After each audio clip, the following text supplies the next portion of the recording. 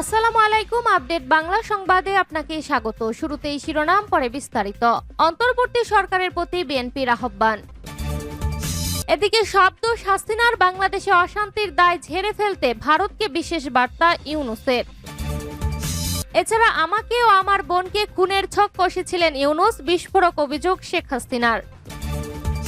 আরো থাকছে, থামুন, শান্ত হন, হামলাবাজদের উদ্দেশ্যে অবশেষে আরজি ইউনূসের উপদেষ্টা মাহফুজের। এবং সর্বশেষ জানিয়ে দেব, মুজিবের বাড়ি ভাঙার নিন্দা করল না বিএনপি। গভীর রাতে বিবৃতিতে ইউনূসের সুরে হাসিনাকে নিশানা। শিরোনাম শুনছিলেন, এবার বিস্তারিত। অন্তর্বর্তী সরকারের প্রতি বিএনপির আহ্বান। অন্তর্বর্তী সরকারের প্রতি আমাদের আহ্বান, পরিস্থিতির উপর নিয়ন্ত্রণ প্রতিষ্ঠা করুন, অন্যথায় দেশে নৈরাজ্যকর পরিস্থিতি প্রসার ঘটবে। সুতরাং কঠোরভাবে আইন শৃঙ্খলা প্রতিষ্ঠা করে রাষ্ট্র সরকারের ভূমিকা দৃশ্যমান করা এখন সময়ের দাবি। বিবৃতিতে আরো বলা হয়েছে, আমরা গভীর উদ্বেগের সঙ্গে লক্ষ্য করছি হাজারো শহীদদের আত্মত্যাগের মধ্য দিয়ে বিতাড়িত, পতিত, পরাজিত, পলাতক স্বৈরাচার এবং তার দোসরদের উস্কানিমূলক আচরণ, জুলাই আগস্টের রক্তক্ষয়ী ছাত্র অভ্যুত্থান সম্পর্কে অশালীন এবং আপত্তিকর বক্তব্য, মন্তব্য দেশের জনগণের মধ্যে তীব্র ক্ষোভ এবং ক্রোধের জন্ম দিয়েছে। এরই ফলশ্রুতিতে বুধবার ঢাকা সহ দেশের বিভিন্ন স্থানে পতিত স্বৈরাচারের স্মৃতি মূর্তি স্থাপনা ও নাম ফলক সমূহ ভেঙে ফেলার মতো জনস্পৃহা দৃশ্যমান হয়েছে। বর্তমান অন্তর্বর্তী সরকার গত 6 মাসও পলাতক স্বৈরাচার এবং তাদের দোসরদেরকে আইনের আওতায় আনতে যথেষ্ট কার্যকর পদক্ষেপ জনসম্মুখে দৃশ্যমান করতে সফল হয়নি বলে জনমনে প্রতিভাত হয়েছে। ফলে জনগণ আইন নিজের হাতে তুলে নেওয়ার মতো বেআইনি কর্মকাণ্ডে উৎসাহিত হচ্ছে। একটি সরকার বহাল থাকা অবস্থায় জনগণ এইভাবে নিজের হাতে আইন তুলে নিলে দেশে বিদেশে সরকারের ভাবমূর্তি ক্ষুণ্ণ হতে পারে। অথচ জুলাই ছাত্র গণ অভ্যুত্থানের আকাঙ্ক্ষা অনুযায়ী জনগণের প্রত্যাশা ছিল দেশে আইনের শাসন পূর্ণ প্রতিষ্ঠিত হবে, যা বর্তমান সরকারের সর্বোচ্চ অগ্রাধিকার হওয়া বাঞ্ছনীয় ছিল। বর্তমানে দেশে বিভিন্ন শ্রেণী পেশার মানুষ নানান ধরনের দাবি দাওয়া নিয়ে যখন তখন সড়কে মব কালচারের মতো জনদুর্ভোগের সৃষ্টি করছে, যা সরকার যথাযথ পদক্ষেপ গ্রহণে মুনশিয়ানা দেখাতে ব্যর্থ হচ্ছে। শব্দ হাসিনার বাংলাদেশে অশান্তির দায় ঝেড়ে ফেলতে ভারতকে বিশেষ বার্তা ইউনূসের। বাংলাদেশে নতুন করে অশান্তির আগুন মাথাচাড়া দিয়ে উঠেছে। গতকাল ধানমন্ডিতে বঙ্গবন্ধু শেখ মুজিবুর রহমানের বাড়ি ভাঙচুর করে আগুনে পুড়িয়ে দেওয়ার অভিযোগ ওঠে মৌলবাদী এক অংশের বিরুদ্ধে।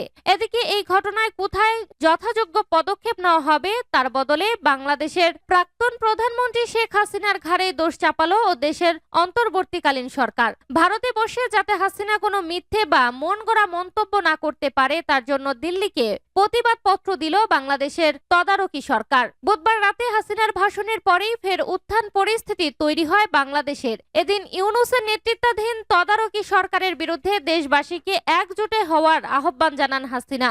আর তার এই ভাষণের মাঝে তাণ্ডব চালানো হয় ধানমন্ডি 32 নম্বর বাড়ি, যা ছিল খোদ বঙ্গবন্ধুর। এবার এই ঘটনার জন্য হাসিনাকেই দায়ী করল ইউনূস সরকার। হাসিনার উস্কানিমূলক বক্তব্যের প্রতিক্রিয়া হিসেবে এই ঘটনা ঘটেছে বলে সাফাই বাংলাদেশের। বৃহস্পতিবার বাংলাদেশের অন্তর্বর্তীকালীন সরকারের তরফে একটি বিবৃতির দাবি করা হয়। জুলাই বিপ্লবের বিরোধিতা করে ভাষণ দিয়েছে হাসিনা। ওই আন্দোলনে যাদের মৃত্যু হয়েছে তাদের অসম্মান করেছেন তিনি।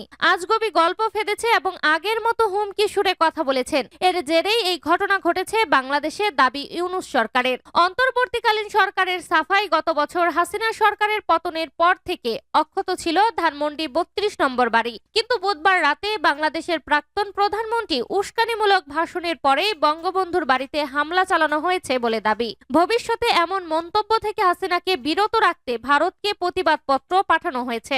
বাংলাদেশের বিদেশ মন্ত্রকের দাবি, হাসিনার মিথ্যে মন্তব্যের জেরে বাংলাদেশে অশান্তি তৈরি হচ্ছে, পাশাপাশি ভারত বাংলাদেশের মধ্যে সম্পর্ক নষ্ট হচ্ছে বলে দাবি করা হয়েছে।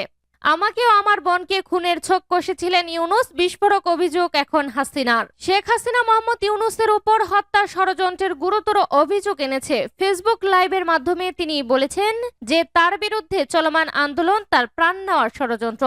বাংলাদেশে বর্তমান অস্থিরতা এবং হিংসার মধ্যে বাংলাদেশের প্রাক্তন প্রধানমন্ত্রী শেখ হাসিনা আওয়ামী লীগ দলের সমর্থকদের উদ্দেশ্যে বক্তব্য রেখেছেন। তিনি তার বক্তৃতায় দাবি করেছে যে তার বিরুদ্ধে চালানো হচ্ছে হত্যার ষড়যন্ত্র। শেখ হাসিনা নোবেল নোবেলজয়ী মোহাম্মদ ইউনূসের উপর গুরুতর অভিযোগ এনে বলছেন যে তিনি আমাকে এবং আমার বোনকে হত্যা করার পরিকল্পনা করেছিলেন। নিজের বাসভবনে হামলার বিষয়ে তিনি প্রশ্ন তুলেছেন, কেন আমার বাড়িতে আগুন লাগানো হয়েছিল? আমি বাংলাদেশের জনগণের কাছে ন্যায় বিচার চাই। আমি কি আমার দেশের জন্য কিছুই করিনি? তাহলে এত অপমান কেন? হাসিনা আরো বলেছেন, যদি আল্লাহ আমাকে এই হামলার পরেও জীবিত রেখেছেন তাহলে অবশ্যই কিছু বড় কাজ করার আছে, নইলে আমি এতবার মৃত্যুকে কিভাবে পরাজিত করতাম। উল্লেখ্য, বাংলাদেশে বুধবার মধ্যরাতে হিংসাত্মক বিক্ষোভ হয়েছে, যাতে বিক্ষোভকারীরা জাতির জনক বঙ্গবন্ধু শেখ মুজিবুর রহমানের ধানমন্ডির ৩২-এ অবস্থিত বাসভবন আগুন ধরিয়ে দেয়। এছাড়াও তার বাড়ি বুলডোজার দিয়ে ভেঙে ফেলা হয়েছে, যার ফলে দেশে উত্তেজনা আরো বেড়েছে। থামুন, শান্ত হন, হামলাবাজদের উদ্দেশ্যে অবশেষে আরজি ইউনূসের উপদেষ্টা মাহফুজের। শেখ মুজিবুরের বাড়ি ভাঙা সহ দেশজুড়ে হামলার ঘটনায় এখনো মুখ খুলেননি মোহাম্মদ ইউনূস সরকারের কোনো কর্তা। বুধবার বেশি রাতে সরকার কঠোর পদক্ষেপ নেওয়ার কথা জানিয়ে বিবৃতি দিয়েছে মাত্র। এরপর ইউনূস সরকারের তরুণ উপদেষ্টা মাহফুজ আলম হামলাবাজদের উদ্দেশ্যে ফেসবুক পোস্টে বলেছেন, থামুন, শান্ত হন, সরকারকে কাজ করতে দিন, বিচার ও সংস্কার হবেই। গণ অভ্যন্তরের মাস্টার মাইন্ড বলে পরিচিত মাহফুজ ধানমন্ডিতে শেখ মুজিবুরের বাড়ি ভাঙারও নিন্দা করেছেন। বলেছেন, গড়তে পারি না, আমাদের ভাঙার অধিকার নেই। মুজিবের বাড়ি সহ দেশব্যাপী হামলার ঘটনা নিয়ে অপর দুই ছাত্র উপদেষ্টা নাহিদ ইসলাম ও সজীব ভুঁইয়ার মত ছিল ভিন্ন।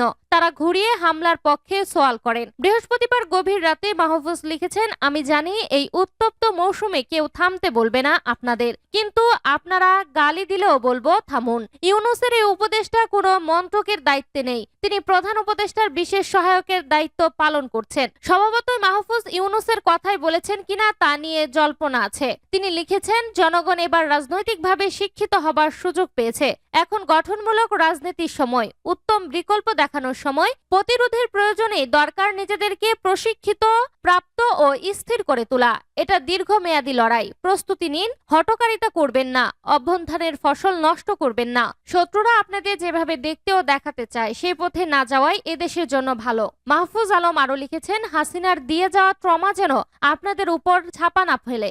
আমরা একটা নতুন সমাজ ও রাষ্ট্র গড়বই। দীর্ঘ পথ, কিন্তু আমাদের জাতির সামনে আর কোনো বিকল্প নেই।